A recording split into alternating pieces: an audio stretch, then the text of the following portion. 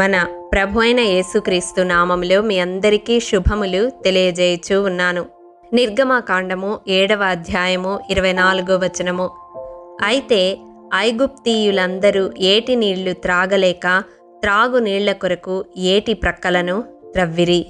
ప్రియ దైవజనమా, దేవుడు మోషే అహరోన్ల ద్వారా ఐగుప్తు నదీ జలాలన్నిటినీ రక్తముగా మార్చివేసినప్పుడు ఐగుప్తీయులందరూ మంచినీటి కొరకు ఆ రక్తముగా మారిన నీళ్లు త్రాగలేక ఏటి ప్రక్కలను త్రవ్వినట్లుగా ఇక్కడ చూస్తూ ఉన్నాము.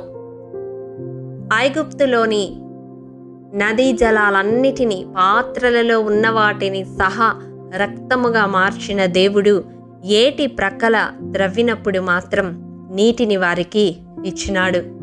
ఇది దేవుని అపారమైన కృపా కనికరములను తెలియజేస్తా ఉంది. దేవుడు అందరికీ ప్రభు అయి ఉన్నాడు, అందరికీ ఉపకారి అయి ఉన్నాడు. ఆయన కోపించుచునే వాత్సల్యమును జ్ఞాపకమునకు తెచ్చుకునే దేవుడని హబక్కూకు గ్రంథము 3వ అధ్యాయము 2వ వచనము తెలియజేస్తా ఉన్నది. అవును ప్రియ దైవజనమా, ఆయన కోపము నిమిషం మాత్రమే, కానీ దయ ఆయుష్కాలమంతా ఉంటున్నది. విలాప వాక్యములు 3వ అధ్యాయం 32వ వచనం ప్రకారం ఆయన బాధ పెట్టినను తన కృపా సమృద్ధిని బట్టి జాలిపడే దేవుడుగా ఉన్నాడు. మన అతిక్రమములను బట్టి, మన దోషములను బట్టి, మన పాపమును బట్టి దేవుడు మన మీద కోపపడినప్పటికీ, మనకు బాధను కలిగించినప్పటికీ తన వాత్సల్యముతో, తన కృపతో మనలను జ్ఞాపకము చేసుకొని మన మీద జాలిపడే దేవుడిగా ఉన్నాడు. అంత మాత్రమే కాదు, చూడండి 78వ కీర్తన 38వ వచనం ప్రకారం ఆయన వాత్సల్య సంపూర్ణుడై మన దోషాన్ని పరిహరించేవాడు. పలుమార్లు మన విషయములో తన ఉగ్రతను రేపుకొనక కోపము అణుచుకునేవాడుగా ఉన్నాడు. ఆనాడు అన్యులైన ఐగుప్తీయుల పట్లే దేవుడు అంతటి కృపా సమృద్ధిని కనపరచినట్లయితే, ఆయన సొత్తైన ప్రజగా, ఆయన జనముగా ఏర్పరచుకొని మనకు దేవుడై ఉండుటకు ఇష్టపడిన ఆ మహాదేవుని కనికరము మన పట్ల ఎంత ఉంటుంది ఒక్కసారి ఆలోచించగలరా?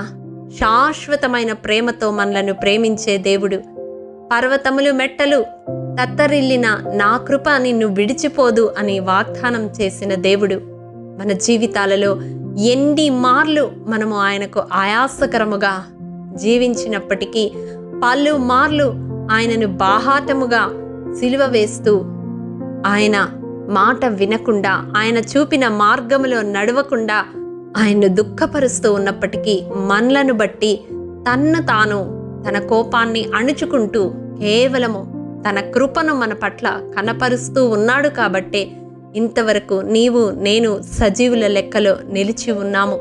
ఆయన కృపకు పాత్రులైనాము. కాబట్టే మనము శిక్షింపబడక కనికరించబడుతూ ఉన్నాము. కానీ ఆ కనికరాన్ని, ఆ కృపను, ఆ జాలిని ఎంతకాలము నిర్లక్ష్యం చేస్తూ ఉంటాము. ఒకానొక దినము వస్తుంది, వధకు సిద్ధపడిన గొర్రె పిల్లవలే మౌనముగా ఉన్న ఆ దేవుడు ఆ దినాన యూదాగోత్రపు కొదమ సింహమై సర్వలోకానికి తీర్పు తీర్చడానికి, ప్రతి వాని క్రియ చొప్పున ప్రతి ఒక్కరికి జీతము ఇవ్వడానికి ఆయన తిరిగి రానయ్యున్నాడు. ఇది కృపాకాలము. ఈ వాక్యము వింటున్న ప్రియ సహోదరుడా, సహోదరి, ఎంతకాలము దేవుని ప్రేమను, దేవుని కృపను, ఆయన శిలువ త్యాగమును చులకనగా చూసి తృణీకరిస్తావు? ఈ లెంట్ దినాలలో నామకార్థమైన భక్తిని ఆచరిస్తూ, ఆచార క్రైస్తవునిగా జీవిస్తూ ఎంతకాలము నీ హృదయాన్ని దేవునికి దూరముగా ఉంచుకొని ఉంటావు? ఈ దినం దేవుడు నీతో మాట్లాడుతూ ఉన్నాడు. నీ పట్ల కోపాన్ని కనపరచటం లేదు, తన కృపను కృమ్మరిస్తూ ఉన్నాడు. ఆకాశము కంటే ఎత్తైన తన మహాకృప చేత, తన గొప్ప వాత్సల్యము చేత నిన్ను సమకూర్చాలని నీకు పిలుపు ఇస్తూ ఉన్నాడు. ఆనాడు తనకు విరోధముగా జీవించిన, తన బిడ్డలను కష్టపెట్టిన ఐగుప్తీయుల పట్లే దేవుడు అంత కనికరాన్ని చూపిస్తే, మరి నీ కొరకు, నా కొరకు కల్వరి సిలువలో ప్రాణం పెట్టి మనలను తన రక్తముతో కొన్నాడు, తన బిడ్డలుగా చేసుకున్నాడు. మరి మన పట్ల ఆయన ప్రేమ ఎంత ఉంటుంది, ఆయన కరుణ ఎంత ఉంటుంది, ఆయన జాలి ఎంత ఉంటుంది. వింటున్నావా ప్రియ సహోదరుడా, సహోదరి? ఇప్పటికైనా వ్యర్థమైన ఈ లోక ఆశలను విడిచిపెట్టి పరిపూర్ణ హృదయముతో, నిండు మనస్సుతో ఆయన వైపు తిరుగుతావా? ఓ ఇశ్రాయేలు, నీవు తిరిగి రానుద్దేశించినడలా నా యుద్ధకు రావాలని ఆయన పిలుపునిస్తూ ఉన్నాడు. నీ కొరకు ఆ కల్వరి సిలువలో తన 2 చేతులు చాపి ఆహ్వానిస్తూ ఉన్నాడు. నీ నిర్ణయం ఏమిటి? దేవా, నీ కొరకు నేను జీవిస్తాను, నా పట్ల నీవు కనపరచిన ఆ గొప్ప ప్రేమను, త్యాగాన్ని నేను ఘనపరుస్తాను అని తీర్మానం తీసుకున్నట్లయితే ఈ ప్రార్థనలో ఏకీభవించు. మహాఘనుడా, మహోన్నతుడా, మహాపరిశుద్ధుడా, నీ పరిశుద్ధ పాదములకు వందనములు. దేవా, విత్తబడిన వాక్యమును ప్రతి హృదయములో నూరంతలుగా ఫలింపచేయండి. నీవు ఎంతటి వాత్సల్య సంపూర్ణుడవో, ఎంత కృపా సమృద్ధి కలిగిన దేవుడవో, ఎంత ప్రేమామయుడవో ప్రభువా, మరొక్కసారి ఈ శ్రమల దినాలలో మేము తలపోసుకొని మా జీవితాలను పానార్పణముగా నీ పాదముల చెంత సమర్పించడానికి ఈ వాక్యము వింటున్న ప్రతి ఒక్కరిని నన్నును జ్ఞాపకం చేసుకొనమని, నీ ఆత్మ సహాయమును దయచేయమని యేసు అతి పరిశుద్ధ నామం పేరట అడిగి పొందుకొని ఉన్నాము తండ్రి, ఆమేన్.